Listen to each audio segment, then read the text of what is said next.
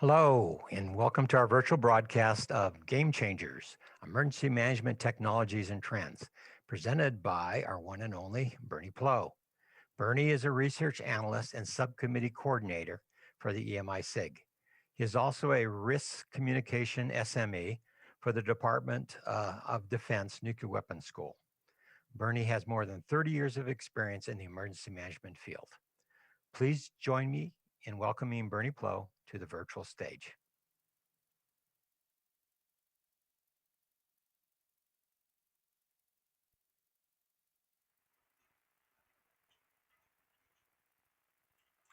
Good morning, I'm Bernie Plow, and I'm going to share with you this morning about some game-changing technologies in emergency management and the trends that are influencing them.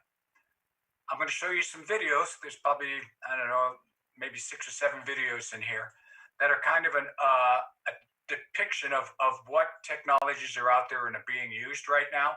I don't have any bent towards whose product it is. I simply wanted a representation so that you would see what's being used in the field right now. Some of these videos end pretty abruptly because I cut off all their marketing stuff at the end just because I'm not selling their products. So in the past decade, we've seen tremendous growth in these technologies and how they impact our lives. We have supercomputers using data processing and machine learning, smartphones and smart devices that connect us to each other and around the globe. We have autonomous vehicles that are being used for all sorts of tasks. And then we have artificial intelligence that we interact with on a daily basis. But in that same time span, that past decade, we've also seen major challenges and threats to our well-being and our way of life. We have increased severity and frequency of natural disasters. We have increased terrorist activities. We have increased dependence on technological infrastructure.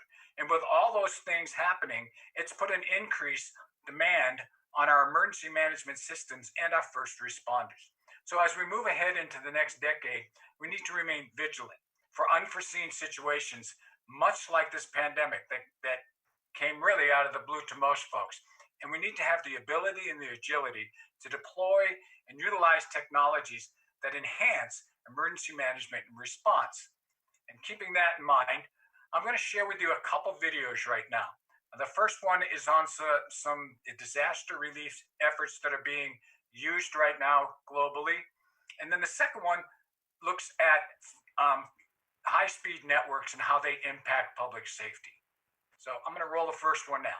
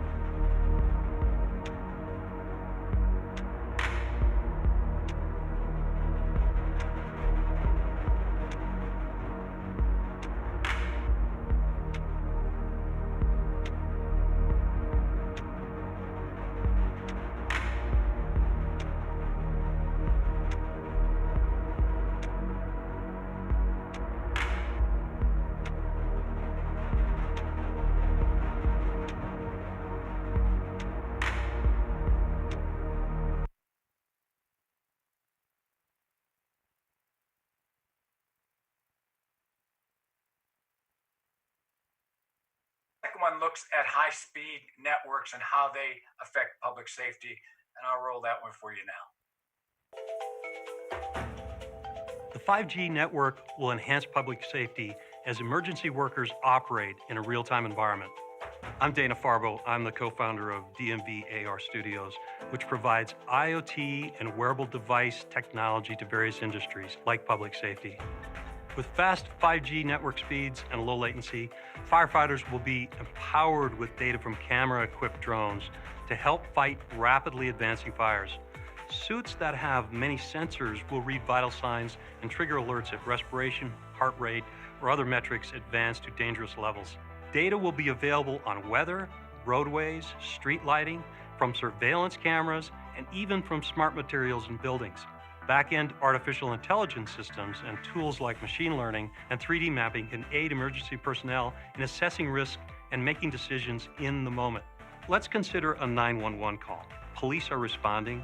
They might not know a lot of information that is happening on scene, and they're picking up information as they go along. Information from criminal databases, CAD drawings of building layouts, traffic, social media feeds, all of that info feeds into an analytics dashboard. More information will support better outcomes.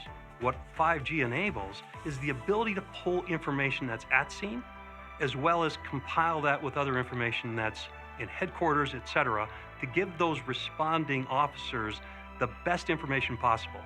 Training will also be greatly enhanced with 5G. Virtual reality and augmented reality will be more accessible. You won't need expensive, dedicated, high-speed lines anymore. 5G is going to make a huge contribution to public safety. We'll be able to respond faster and more efficiently. A new generation of tools and features is coming to help our highly trained public safety professionals become even bigger heroes.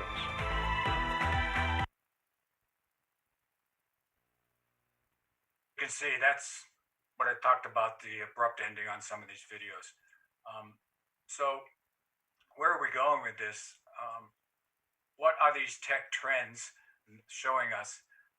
Well, worldwide, the Homeland Security and emergency management market is supposed to jump significantly to about $850 billion worth of market growth by 2025. And that's due to countries that are spending more money on Homeland Security and research and development of new and existing technologies. What's driving these trends are what I talked about earlier in my opening slide: terrorist threats, pandemics and biohazards, natural disasters, cloud-based applications and computing technologies, high levels of security at our borders and airports and public institutions. And then the equipment manufacturers are all savvy to this, and they're out there producing security systems for armored vehicles, patrolling ships, and unmanned platforms that countries are buying to implement in their emergency management systems. So what are these game-changing technologies? Well, the top 6 that I found in the research that I did are consistent. We have drones, which is usually at the top of the list, or UAVs or UASs that we have, and they do everything from search and rescue to looking for RAD products and CBRN efforts. Next, we have artificial intelligence, which is doing a lot more in the medical community, but we interface with it with our Siris and our Alexa machines at home on a regular basis. After that, we have the Internet of Things and big data, which are pretty much interconnected. They work together. They gather a lot of information to provide folks with the information that they need to better respond and take care of incidents that happen. After that is robotics. And the robotics do everything from search and rescue to mundane tasks that we no longer want to do ourselves. And finally, we have the biggie one to me is mobile applications. Our little cell phones are so packed with data and information that can be used in emergency situations, not to just help us, but to help responders respond to us if they need it. It's an amazing little device that's jam-packed with information that's accessible and usable right now and is being used by many, many emergency management organizations across the country and around the world. So let's look at the impacts of these. What are the social impacts and what are the impacts on government? Well, from a social standpoint, what we have is that they're transforming many fields. They're able to spread information quickly. They're improving our understanding of the causes of disasters. They give us enhanced early warning systems. They assess damage in new ways. And they also help us understand why people react the way they do in emergency events. And the biggest deal to us is they aid and enhance our first responder capabilities. So I'm going to show you another video here that looks at how the interconnectivity between these technologies work hand in hand with our emergency response efforts. 5G is here, connecting and powering our world in unprecedented ways. Especially when human lives are at risk, or when traumatic situations arise. Next-generation emergency response vehicles use 5G and IoT. These connected vehicles enable uninterrupted and secure real-time data transfer and voice-to-video communication when doctors and EMTs only have minutes to stabilize and save a life. Real-time voice and video streaming allows surgeons to guide long-distance robotic surgery, eliminating communication delays that could endanger the patient. The future possibilities that will transform healthcare are many, but the impact of this technology will be felt across industries as massive IoT connects at least 1 million devices per square kilometer. Combining 5G and IoT can minimize the impact of unforeseen catastrophes harmful to smart cities. When natural disasters, cybercriminals, or blackouts attack mission-critical power systems, smart grids powered by 5G and sensors provide a resilient infrastructure that enables emergency responders to act fast to keep the public connected and safe. Cognizant's vast experience in digital enables carriers and industries to create new value with next-generation IoT solutions powered by 5G. Make the next move with Cognizant. So that gives you a little more in-depth understanding of how high-speed networks can help and enhance public safety. I'm going to talk to you a little bit. So what are our government impacts on this? Well, the government is using these digital tools more often and more comprehensive ways. The digital technology is now expected to be embedded in every aspect of companies, governments, and society. It's an integral part of government working with the public. There are certain technologies that governments now use that make us less dependent on physical locations and more resilient to any future crisis. We saw that when the pandemic hit. We were able to take a world of employed people, move them out of their business environment, out into their homes, and still accomplish most of the business that we needed to get done. But in the federal government here, we saw that it was some bumps and some skids and some turns at first, trying to get people all access to the VPNs they needed and the information they needed. But right now, it's working pretty effectively and pretty efficiently. So that's building skills that the government can deploy not only in a crisis, but at all times. And that leads us to understand that we need to be better prepared and have better response solutions. We need to have clear centralized plans and response procedures, and so we can make complete situational awareness decisions as situations evolve.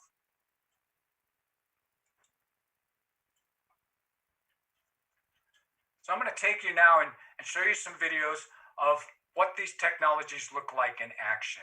And the first one I'm going to show you is a mobile application that was developed by the firefighters in the United Kingdom and how they use it to effectively and efficiently respond to incidents.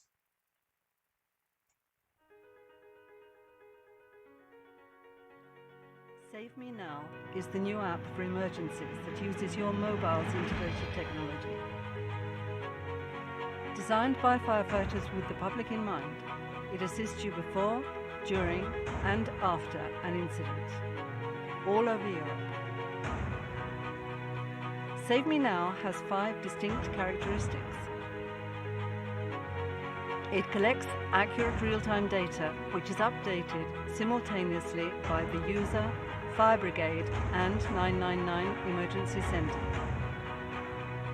It allows for better planning and response thanks to information shared prior to or during an emergency. Save Me Now can connect to any 999 emergency centre, automatically transmitting vital information. Thanks to mobile technology improvements, we can gather more information at a faster pace, reducing the time taken to take action. Save Me Now can be used by the whole family, whether at home, in your car, or on a hike. We watch over everyone wherever they are.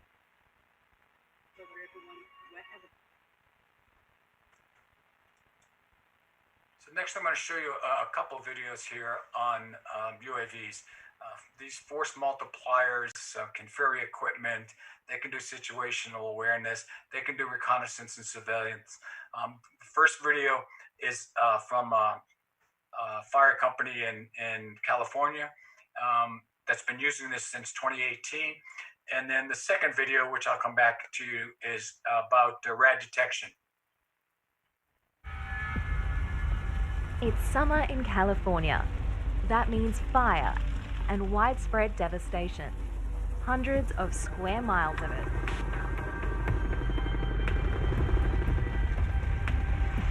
Drones are the new weapon to help fight the flames. Instead of sending ground crews into dangerous conditions or using helicopters that can't fly in heavy smoke, drones are taking photos and sending live videos of fires and their aftermath. Menlo Park Fire in California, in the heart of Silicon Valley, is one of the nation's first fire departments to use drones. They're regularly called on to help fight California's long wildfire season. Drones also create detailed 360-degree aerial images to map burned out areas after the fires pass through. With a drone, you can get darn near the same level of capabilities without putting a person in an aircraft, which is incredibly expensive. The drone's very low cost relative to what you get back. Cameras on the drone give pilots a bird's eye view so crews can see things like the hottest part of the fire, whether or not a fire has crossed a containment line, or if people are in danger. Larger drones are also a key part of the arsenal. They can fly for up to 40 minutes, double the time of many smaller drones. As well as cameras, they can carry other items like an LED light to illuminate a scene at night. Some of our drones can carry 10 pounds or more, so the ability to fly things like a life jacket, a radio, a space blanket, that could actually make a difference. Seconds matter. But flying a drone and working out what's happening on screen isn't easy, especially if you're in a high-stress situation like a fire. With a free app called First Response from EdgyBees, details like road names, wind speed, and crew locations are overlaid on the drone image, so pilots don't have to cross-reference another map. And fire crews aren't the only ones flying drones to fight wildfires. Some utilities like San Diego Gas and Electric are inspecting the power grid from the sky with drones. These third-party drones have LiDAR on board, similar to the technology used in self-driving cars, and generate 3D maps of potential issues like damaged power poles and lines. In the future, drones may truly be the first responders. By having a drone automatically launch, go line of sight to a call, send that information back, we can actually evaluate the scene and decide, do we need to escalate our response, de-escalate our response? While over 180 US fire departments are beginning to use drones, widespread adoption is still up in the air. They're still working out all the rules, the FAA, on how this all works. But we're happy that in this area, we're not being ignored. Having another set of eyes in the sky is an invaluable tool to help win the battle against wildfires and to save lives.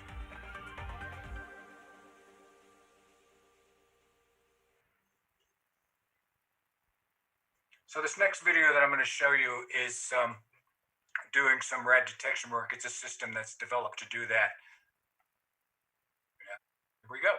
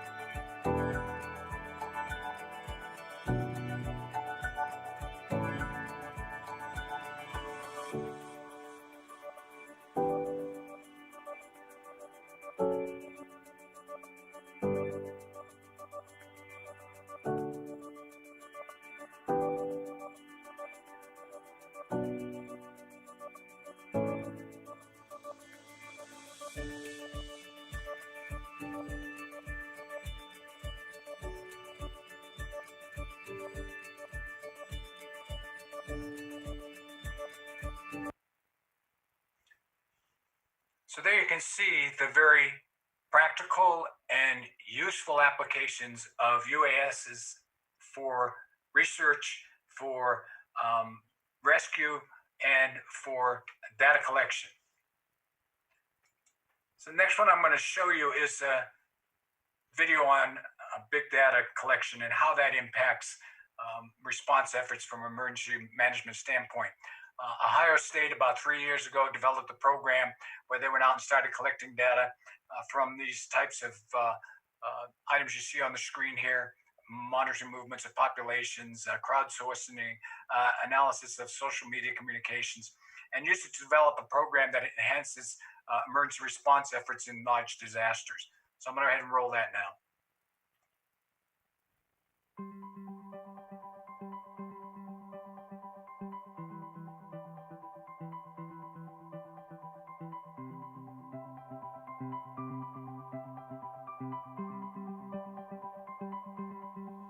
I'm a geospatial engineer, and I'm collaborating with a number of interdisciplinary discovery teams. On one of our projects, I'm connecting with civil engineers and working together to improve rescue response times during a natural disaster. Every day, scientists and engineers are receiving terabytes worth of data from high-resolution satellite images. Over time, the accumulation of this data begins to give us a very strong understanding of the normal geographic and structural landscape of a specific region. Now, consider a scenario where a city has just experienced a large earthquake that's produced extensive damage over a wide area. Taking satellite imagery from before the earthquake occurred and connecting the two images captured after the disaster, we can tell if a building is leaning 10 degrees more than it was a day ago, indicating it might be in danger of collapsing. And we can more easily identify the most damaged area or areas where citizens are cut off from help. The algorithm we've developed to process this imagery provides actionable information in a few days, rather than the 3 to 6 weeks it might take using traditional damage assessment methods. Using this data, we are able to more quickly and accurately position first responders to rescue those in need. The time saved can equal saved lives. So you can see how big data, even just big data, you wouldn't think, that maybe data collecting can help in emergency response, but it really does help effective emergency response efforts. And the last one I'm going to show you is robotics. This is my favorite area of technology. There is a great company out. I'm not endorsing them. I just love their videos. They're called Boston Dynamics. If you want to see some amazing robots, Boston Dynamics has some of the most nimble, agile robots that I have ever seen. I'm going to show you this one. It's used for search and rescue. It's used for information gathering. But they are used for medical tasks such as taking temperatures and blood pressure and transporting infectious samples. And many of those have been used during this pandemic. So let me just show you this video of this robotic little critter.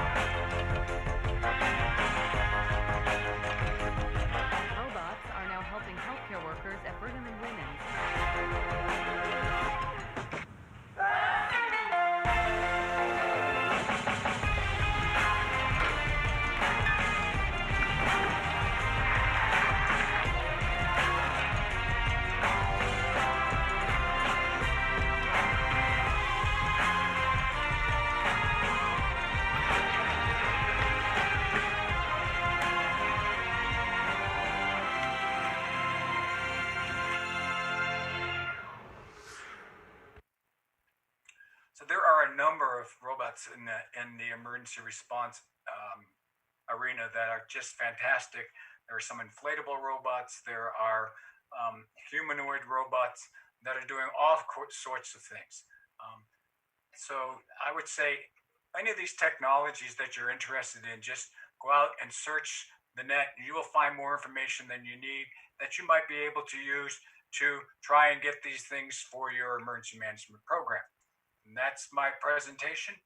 I hope you have a great day. Give me some questions if you have them. Thank you, Bernie, for your time and this informative presentation. I do want to remind you that we won't have time for a Q&A session, but if you have questions, just enter them in the chat box, and I'll make sure Bernie gets back and responds to those today. Also, please complete the survey. Just scroll down to the bottom of the screen. There's an icon. Click on that. Take the survey. Get credit for the attending this presentation. Also, if you're participating in our virtual scavenger hunt, now's the time to update your checklist. And tonight's social event is a best cocktail. This is a BYOB event, so please come join us 3 o'clock Mountain Time. Those have been a lot of fun. Thank you. We appreciate your attendance.